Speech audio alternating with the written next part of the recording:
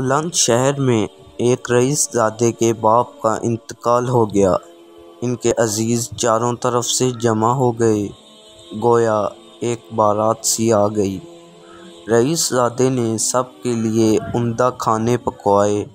جب کھانا چنا گیا تو اس نے مہمانوں سے کہا کہ مجھے کچھ عرض کرنا ہے، پہلے میری بات سن لیجیے، پھر کھانا شروع کیجیے گا۔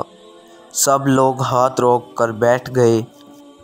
اس نے سب کو مخاطب کر کے کہا، آپ حضرات کو معلوم ہے کہ اس وقت مجھ پر کیسا سانحہ گزرا ہے۔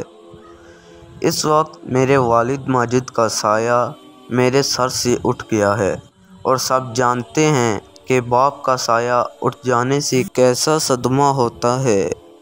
تو کیا یہی انصاف ہے کہ مجھ پر تو یہ مصیبت گزرے اور تم آستین چڑھائے مرغن کھانے کو تیار ہو گئی؟ کیوں صاحب، یہی ہمدردی ہے؟ بس مجھ کو جو کہنا تھا کہہ چکا، اب کھانا شروع کیجیے۔ بھلا اب کون کھانا کھاتا؟ جب سر پر جوتیاں پہلے ہی سے پڑ گئیں، سب لوگ دسترخوان سے اٹھ کھڑے ہوئے اور رئیس زادے نے غربا کو بلایا اور کہا، بیٹھو کھانا کھاؤ، تمہارے کھانے سے میرے باپ کی روح کو ثواب پہنچے گا۔ اور یہ برادری کے کھاتے پیتے لوگ آستین چڑھا کر بیٹھ گئے ہیں، ان کے کھانے سے ان کو کیا ثواب ملتا اور میری رقم بھی برباد ہو جاتی۔ غرض غریبوں نے خوب پیٹ بھر کر کھانا کھایا اور دعا دیتے ہوئے چلے گئے۔